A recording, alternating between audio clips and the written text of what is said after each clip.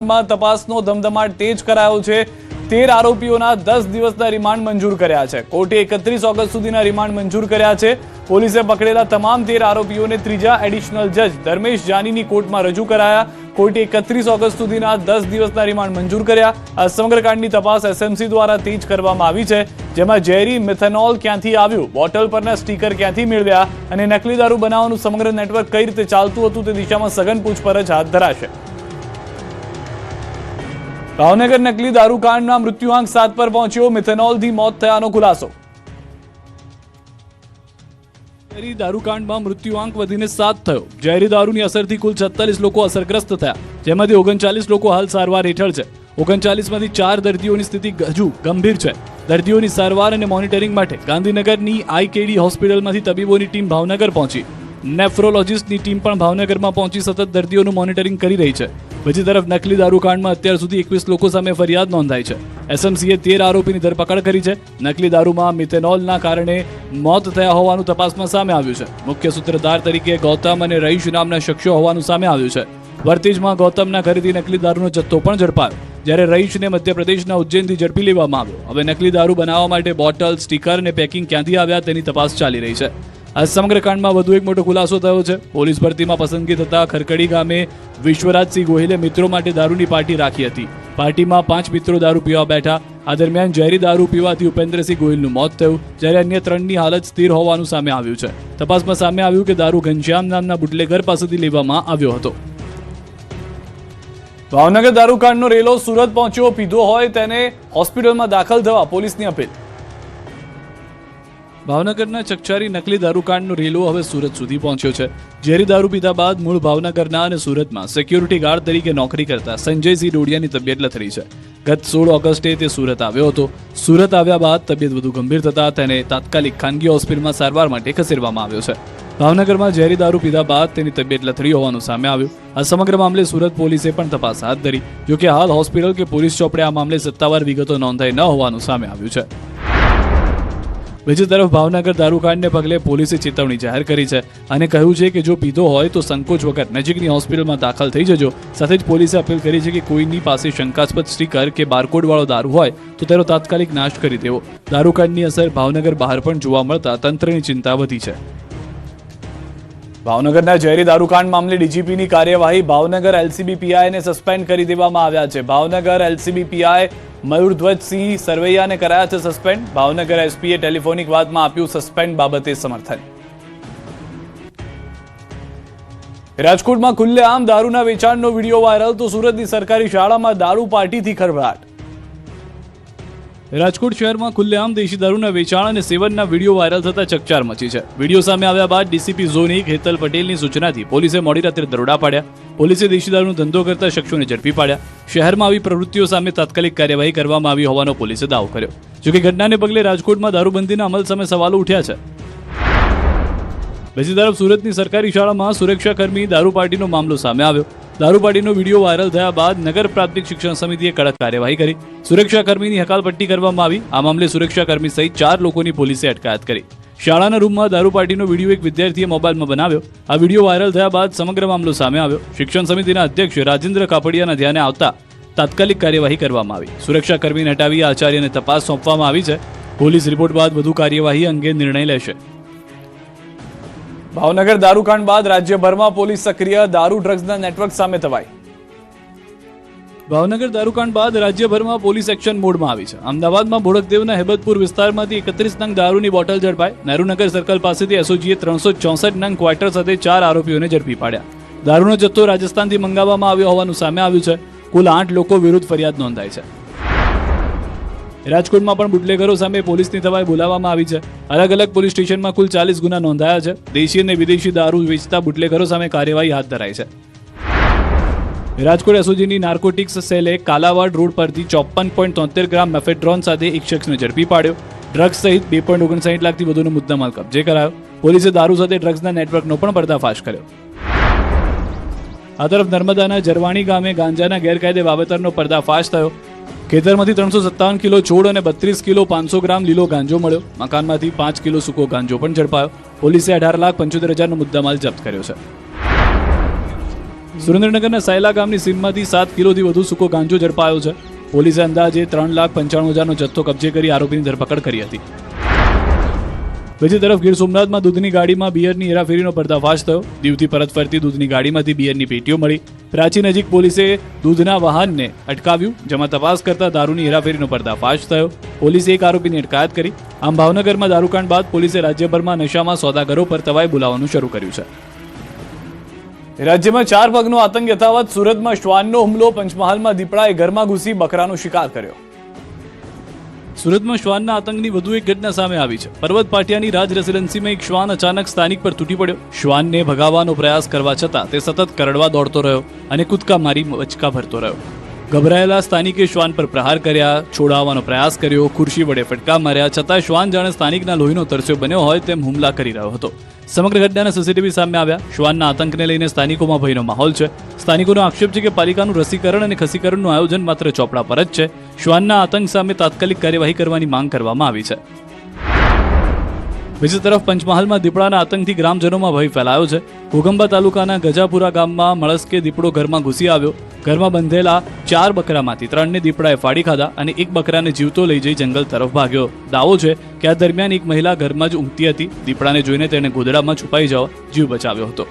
મહત્વનું છે કે 3 દિવસ અગાઉ પણ દીપડો બાળકીના ખાટલા નજીક પહોંચ્યો હતો. છેલ્લા 1 સપ્તાહથી રહેણાંક વિસ્તારમાં દીપડાની અવરજવરથી ગ્રામજનોમાં ભયનો માહોલ છે. દીપડાને પાંજરે પૂરવાની ગ્રામજનોએ માંગ કરી છે. ગીર સોમનાથના ગીર ગઢડામાં શિકારની શોધમાં સિંહ પરિવારની લટાર કેમેરામાં કેદ. ગીર સોમનાથ જિલ્લાના ગીર ગઢડામાં મોડી રાત્રે સિંહ પરિવારે લટાર મારી. નવાપરા વિસ્તારમાં શિકારની શોધમાં સિંહ, સિંહણ અને સિંહબાળ આવી ચડ્યા હતા. સિંહ પરિવાર રખડતા પશુઓ પાછળ દોડતા સમગ્ર વિસ્તારમાં નાસભાગ મચી ગઈ હતી. જો કે આ દરમિયાન બાઇકમાં સવાર 2 યુવક પણ સિંહની સામે પહોંચી ગયા, જેમણે સમય સૂચકતા વાપરીને પોતાનો જીવ બચાવ્યો. દ્રશ્યમાં જોઈ શકાય છે કે યુવકો બાઇક પર જઈ રહ્યા છે, જેની સામેથી પશુઓ દોડીને આવી રહ્યા છે. શંકા જતાં જ વધારે વિચાર્યા વગર બાઇક ચાલકે યુટર્ન લઈ ચાલતી પકડી, જેની થોડી જ ક્ષણમાં સામેથી સિંહણ આવતી નજરે પડી. જ્યારે અન્ય એક સીસીટીવીમાં સિંહ, સિંહણ અને સિંહબાળ જોવા મળી રહ્યા છે.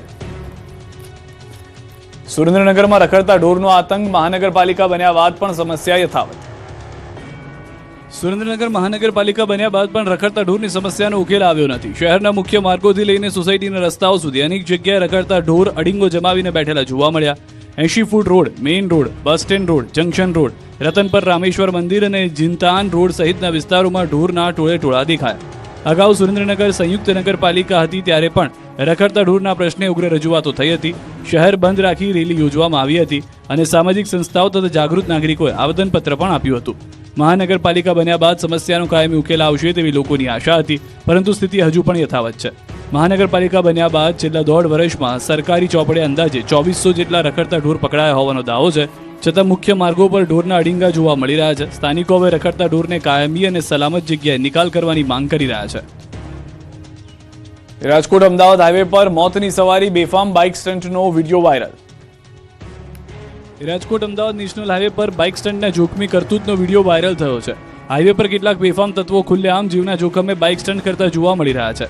સ્ટન્ટબાજો પોતાના જીવને જોખમમાં મૂકી રહ્યા છે. પોતાની સાથે આ સ્ટન્ટબાજોએ હાઈવે પરથી પસાર થતા અન્ય વાહન ચાલકો માટે પણ જોખમ ઊભું કર્યું હતું. એક તરફ હાઈવે પર સતત પેટ્રોલિંગના પોલીસના દાવા કરવામાં આવ્યા, તો બીજી તરફ જાહેર માર્ગ પર આ પ્રકારના જોખમી સ્ટન્ટ થતા હોવાના વિડીયો સામે આવતા પોલીસની કામગીરી સામે સવાલો ઉઠ્યા. સ્થાનિકોમાં પણ આવા સ્ટન્ટબાજો સામે કડક કાર્યવાહી કરવાની માંગ ઉઠી છે. હવે પોલીસ વાયરલ વિડીયોના આધારે સ્ટન્ટ કરનારા તત્વો સુધી પહોંચે છે કે કેમ તેના પર સૌની નજર છે. આ તરફ સુરતના ડિંડોલી વિસ્તારમાં કાર પલટી ગઈ. કાર ચાલકે સ્ટીયરિંગ પરથી કાબુ ગુમાવતા અકસ્માત સર્જાયો. અકસ્માતમાં કાર ચાલક ઇજાગ્રસ્ત થયો. ઘટના બાદ આસપાસના સ્થાનિકો તાત્કાલિક દોડી આવ્યા અને કાર ચાલકનું રેસ્ક્યુ કર્યું. ઇજાગ્રસ્ત કાર ચાલકને સારવાર માટે હોસ્પિટલ ખસેડવામાં આવ્યો. સદનસીબે અકસ્માતમાં કોઈ જાનહાનિ થઈ નથી. વાયલી દુષ્કર્મ કેસમાં 5 આરોપી દોષિત, તો અમદાવાદમાં હત્યા કેસમાં આરોપીઓને ઘટના સ્થળે લઈ જવાયા. વડોદરાના બહુચર્ચિત ભાયલી સામૂહિક દુષ્કર્મ કેસમાં કોર્ટનો મોટો ચુકાદો આવ્યો છે. વર્ષ 2024ની નવરાત્રી દરમિયાન બનેલી આ અમાનુષી ઘટનામાં કોર્ટે તમામ 5 આરોપીઓને દોષિત જાહેર કર્યા છે. આગામી 25 ઓગસ્ટે તમામ આરોપીઓને સજાનું એલાન કરવામાં આવશે. મહત્વનું છે કે નવરાત્રીના બીજા નોરતે ભાયલી વિસ્તારમાં સામૂહિક દુષ્કર્મની ઘટના બની હતી. આ કેસમાં કુલ 45 સાક્ષીઓની જુબાની લેવામાં આવી. કોર્ટમાં રજૂ કરાયેલા સીસીટીવી અને ફોરેન્સિક પુરાવા પણ મહત્વના સાબિત થયા. હવે આરોપીઓને કડકમાં કડક સજા મળે તેવી માંગ ઉઠી છે. બીજી તરફ અમદાવાદના સુભાષ બ્રિજ સર્કલ પાસે થયેલી હત્યા મામલે પોલીસે આરોપીઓને ઘટના સ્થળે લઈ જઈ પંચનામું કર્યું. પોલીસ ઘટના સ્થળે લાવી ત્યારે આરોપીની ચાલ બદલાયેલી જોવા મળી. આરોપી માંડ ચાલી શકતા હોવાનું નજરે પડ્યું. મહત્વનું છે કે અંગત અદાવતમાં અજય સાલ્વી નામના યુવકની હત્યા કરવામાં આવી. હત્યા બાદ પોલીસે સમગ્ર મામલે તપાસ હાથ ધરી. હવે આરોપીઓને સાથે રાખીને ઘટના સ્થળનું પંચનામું કરવામાં આવ્યું છે. પોલીસે હત્યા પાછળના કારણો અને સમગ્ર ઘટનાક્રમ અંગે વધુ તપાસ હાથ ધરી છે. અમદાવાદમાં રેસ્ટોરન્ટના કિચન હવે ગ્રાહકો સામે રહેશે. રસોડામાંથી સીસીટીવી લગાવી લાઈવ ફીડ દર્શાવવા એએમસીનો આદેશ. અમદાવાદમાં ફૂડ સેફટીને લઈને એએમસીએ મહત્વપૂર્ણ નિર્ણય લીધો છે. શહેરના 11,123 રેસ્ટોરન્ટ અને ફૂડ બિઝનેસ ઓપરેટર્સને એએમસીના ફૂડ વિભાગે ઈમેલ મારફતે સૂચના આપી છે. હવે રેસ્ટોરન્ટના કિચન વિસ્તારને સીસીટીવીથી કવર કરવાનું રહેશે. સતત કિચનની લાઈવ કામગીરી ગ્રાહકો જોઈ શકે તેવી વ્યવસ્થા કરવાની સૂચના આપી છે. રિસેપ્શન અથવા ગ્રાહકો બેસે તેવી જગ્યાએ કિચનનો લાઈવ સીસીટીવી ફીડ દેખાય તેવી વ્યવસ્થા કરવાની રહેશે. આ પહેલનો હેતુ ગ્રાહકોને સ્વચ્છતા અને ફૂડ સેફટીની કામગીરીમાં વધુ પારદર્શિતા આપવાનો છે. કિચનની સફાઈ, ફૂડ હેન્ડલર્સની વ્યક્તિગત સ્વચ્છતા, કાચા અને તૈયાર ખોરાકને અલગ રાખવા તેમજ યોગ્ય સ્ટોરેજનું પાલન કરવું પડશે. પીવાનું અને ફૂડ પ્રિપરેશન માટે સલામત પાણી, પેસ્ટ કંટ્રોલ, કચરાનો યોગ્ય નિકાલ અને વાસણોની નિયમિત સફાઈ પર પણ ભાર મુકાયો છે. નિયમોના ઉલ્લંઘન સામે કાયદેસરની કાર્યવાહી થશે. ગંભીર અથવા વારંવારના ઉલ્લંઘનમાં લાયસન્સ રદ કરવા અને એકમ સીલ કરવા સુધીની કાર્યવાહી થઈ શકે છે. સિદ્ધપુરમાં ખાદ્ય તેલમાં ભેળસેળની આશંકા, 14,000 કિલોથી વધુ શંકાસ્પદ તેલ જપ્ત. પાટણના સિદ્ધપુર જીઆઈડીસીમાંથી 22,37,000 રૂપિયાનો શંકાસ્પદ તેલનો જથ્થો ઝડપાયો. ખાદ્ય તેલમાં ભેળસેળની આશંકાએ મોટી કાર્યવાહી કરવામાં આવી. પાટણ એલસીબીએ બાતમીના આધારે પ્લોટ નંબર 23 સ્થિત ગામી એગ્રો ઇન્ડસ્ટ્રીઝમાં દરોડા પાડ્યો. દરોડા દરમિયાન 14,709 કિલોગ્રામ શંકાસ્પદ તેલનો જથ્થો ઝડપાયો, જેની કિંમત આશરે 22,37,000 રૂપિયા હોવાનું સામે આવ્યું. ફેક્ટરી પરિસરમાં 40 ડબ્બા તેલ ઉપરાંત વેસ્ટેજ તેલના 210 ડબ્બા ભરેલી ટ્રક પણ મળી આવી. આ વેસ્ટેજ તેલ ક્યાંથી આવ્યું અને તેનો ઉપયોગ ખાદ્ય તેલમાં ભેળસેળ માટે થતો હતો કે કેમ તે અંગે સવાલો ઉઠ્યા છે. સમગ્ર મામલે ફેક્ટરી માલિક સામે કાર્યવાહી હાથ ધરવામાં આવી છે. બીજી તરફ સોયાબીન તેલ સહિતના નમૂના લઈ લેબોરેટરીમાં પૃથ્થકરણ માટે મોકલવામાં આવ્યા છે. હવે લેબ રિપોર્ટ આવ્યા બાદ જ તેલમાં ભેળસેળ થઈ હતી કે નહીં તેને લઈને હકીકત સામે આવશે. જોકે ફેક્ટરી પક્ષે તમામ આરોપોને ફગાવ્યા છે. કર્મચારીનો દાવો છે કે ફેક્ટરીમાં કોઈ પણ પ્રકારની ભેળસેળ કરવામાં આવતી નથી અને સીલ કરાયેલો જથ્થો વેસ્ટેજ માલ છે, જેનો ઉપયોગ સાબુ બનાવવામાં થવાનો હતો. ફૂડ પોઈઝનિંગથી બાળકીના મોત બાદ સુરત તંત્ર એક્શનમાં, રેસ્ટોરન્ટ સીલ કરાઈ. સુરતમાં ફૂડ પોઈઝનિંગથી 5 વર્ષની બાળકીના મોત બાદ હવે તંત્ર એક્શન મોડમાં આવ્યું છે. વરાછામાં આવેલા શીતલ રેસ્ટોરન્ટને પાલિકાએ સીલ કરી દીધું છે. દૂષિત ખોરાકના લેબોરેટરી રિપોર્ટ બાદ પાલિકાએ આ કાર્યવાહી કરી છે. ફૂડ પોઈઝનિંગની અસરથી પરિવારના અન્ય સભ્યો પણ બીમાર પડ્યા હતા. સમગ્ર મામલે તપાસ તેજ કરવામાં આવી છે. માત્ર રેસ્ટોરન્ટ સામે જ નહીં પરંતુ ફરજમાં બેદરકારી બદલ આરોગ્ય વિભાગના 2 અધિકારીઓને પણ કારણદર્શક નોટિસ ફટકારવામાં આવી છે. નાયબ આરોગ્ય અધિકારી મહેન્દ્ર પટેલ અને ચીફ ફૂડ સેફટી ઇન્સ્પેક્ટર બ્રહ્મભટ્ટને શોકોઝ નોટિસ આપવામાં આવી છે. બંને અધિકારીઓ પાસેથી ખુલાસો માંગવામાં આવ્યો છે. બીજી તરફ સુરતની પ્રખ્યાત ખાઉદરા ગલીમાં ફૂડ વિભાગે અચાનક ચેકિંગ હાથ ધર્યું. લારી ગલ્લાથી લઈને દુકાનો સુધી ખાદ્ય સામગ્રીની ગુણવત્તા અને સ્વચ્છતાની તપાસ કરવામાં આવી. તપાસ દરમિયાન ગંદકી જોવા મળતા સ્થળ પર જ કચરો દૂર કરવાવી નાશ કરાયો. નિયમોનું પાલન નહીં કરતી દુકાનો સામે સીલ કરવાની તજવીજ હાથ ધરાઈ. આ ઉપરાંત ખાદ્ય સામગ્રી પેકિંગ અને પીરસવા અને ન્યૂઝપેપરનો ઉપયોગ કરતા વેપારીઓ માટે પણ કાર્યવાહી કરાઈ છે. નિયમ વિરુદ્ધ વેચાતી ખાદ્ય સામગ્રીનો જથ્થો જપ્ત કરી સ્થળ પર જ નાશ કરવામાં આવ્યો. બાળકીના મોત બાદ સુરતના ફૂડ વિભાગની કામગીરી હવે વધુ આક્રમક બની છે. મેળાને લઈને ગુજરાતમાં તંત્રની દોડધામ, સરદારમાં મંજૂરી વિનાની રાઇડ્સ બંધ કરાવાઈ. સૌરાષ્ટ્રમાં શ્રાવણી મેળાનો ધમધમાટ શરૂ થયો છે. જો કે આ પહેલા બેદરકારીના દ્રશ્યો પણ સામે આવ્યા. રાજકોટના સરદાર મેળામાં મંજૂરી વિના જ રાઇડ શરૂ કરી દેવાય, જે બાદ તંત્ર દોડતું થયું. બીજી તરફ રાજકોટ અને જામનગરમાં મેળાની તૈયારીઓ શરૂ કરી દેવાઈ છે. રાજકોટના સરદાર ગામે તંત્રની મંજૂરી વિના ખાનગી મેળો ચાલી રહ્યો હોવાના આક્ષેપો સામે આવ્યા. ટીઆરપી ગેમ ઝોન અગ્નિકાંડ બાદ સરકારની કડક એસઓપી હોવા છતાં છેલ્લા 2 દિવસથી મેળામાં વિવિધ રાઇડ્સ ધમધમી રહી હતી. જાગૃત નાગરિકે રાઇડ્સના વિડીયો સોશિયલ મીડિયા પર વાયરલ કરતા તંત્ર હરકતમાં આવ્યું. સ્થાનિક પોલીસે તાત્કાલિક કાર્યવાહી કરી મંજૂરી વિના શરૂ કરાયેલી રાઇડ્સ બંધ કરાવી. મેળામાં ટિકિટ બારી પર પોલીસ બંદોબસ્ત પણ ગોઠવી દેવાયો. મંજૂરી નહીં મળે ત્યાં સુધી રાઇડ શરૂ નહીં કરવાની તંત્રએ સ્પષ્ટતા કરી. રાઇડ્સ બંધ થતા આયોજકોને રાઇડ્સ વિનાનો મેળો શરૂ કરવાની ફરજ પડી હતી. બીજી તરફ રાજકોટમાં આગામી લોકમેળાની તૈયારીઓનો ધમધમાટ શરૂ થયો છે. 2 સપ્ટેમ્બરથી 6 સપ્ટેમ્બર સુધી યોજાનારા મેળામાં કુલ 228 સ્ટોલ રાખવામાં આવ્યા છે. રાઇડ્સની એસઓપી મામલે કોઈ બાંધછોડ નહીં કરવામાં આવે. માર્ગ મકાન વિભાગ અને પોલીસ વિભાગની ચકાસણી બાદ જ રાઇડ્સને મંજૂરી આપવામાં આવશે. મેળાનું નામ પણ ટૂંક સમયમાં ફાઇનલ કરવામાં આવશે. તો જામનગરમાં મનપા દ્વારા પ્રદર્શન ગ્રાઉન્ડ ખાતે શ્રાવણી મેળાનું આયોજન કરવામાં આવશે. મેળા પહેલા જ મનપાની તિજોરીમાં 1,70,00,000 રૂપિયાની આવક થઈ છે. કુલ 43 પ્લોટમાંથી 39 પ્લોટનું ઓનલાઈન, ઓફલાઈન અને જાહેર હરાજીથી વેચાણ થયું છે, જ્યારે 4 પ્લોટ માટે કોઈ લેવાલ મળ્યો નથી. આવકનો ઉપયોગ શહેરના વિકાસ કાર્યો અને નાગરિક સુવિધા માટે કરવામાં આવશે. વડોદરામાં બસના દરવાજામાં ગળું ફસાતા બાળકનું મૃત્યુ. મહેસાણામાં લિફ્ટ બની મોતની લિફ્ટ. વડોદરામાં વાલીઓ માટે ચેતવણીરૂપ ઘટના સામે આવી છે. સૂર્યનગર તરસાલી બાયપાસ નજીક એક માસૂમનું ગળું બસના દરવાજામાં ફસાતા તેનું ઘટના સ્થળે જ મોત થયું, જ્યારે મહેસાણામાં યુવકનો લિફ્ટે ભોગ લીધો. વડોદરામાં મંદિરે પ્રસાદ લેવા ગયેલું બાળક બસના દરવાજા વચ્ચે ગળું ફસાઈ જતા ગંભીર રીતે ઇજાગ્રસ્ત થયું. બસ ઊભી હતી તે દરમિયાન જ આ અકસ્માત સર્જાયો હોવાનું સામે આવ્યું. ઘટના બાદ પરિવારજનો બાળકને તાત્કાલિક સયાજી હોસ્પિટલ લઈ ગયા, જોકે હોસ્પિટલમાં ફરજ પરના તબીબોએ માસૂમને મૃત જાહેર કર્યો. બાળકના મોતથી પરિવાર પર આપ તૂટી પડ્યું. બીજી તરફ મહેસાણામાં પણ દુર્ઘટનામાં યુવકનું મોત થયું. ભાસરિયા પાસે આવેલી એક કંપનીમાં રાતના સમયે લિફ્ટમાં ફસાઈ જવાથી 32 વર્ષીય અમરતજી ઠાકુરનું મોત થયું. યુવક લિફ્ટમાં ફસાયા હોવાની જાણ થતાં ફાયર વિભાગની ટીમ ઘટના સ્થળે પહોંચી. ફાયર ટીમે ભારે જહેમત બાદ યુવકનો મૃતદેહ લિફ્ટમાંથી બહાર કાઢ્યો.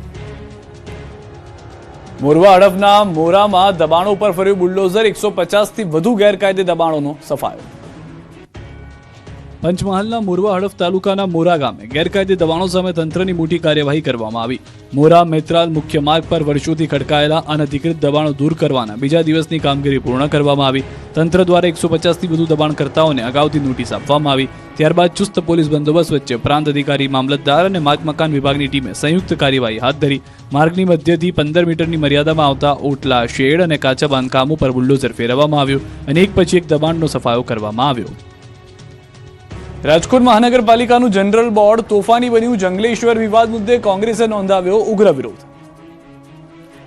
રાજકોટ મહાનગરપાલિકાનું જનરલ બોર્ડ શરૂ થાય તે પહેલા જ રાજકારણ ગરમાયું છે. શહેર કોંગ્રેસ દ્વારા મનપાની સેન્ટ્રલ ઝોન કચેરી ખાતે વિરોધ પ્રદર્શન કરવામાં આવ્યું.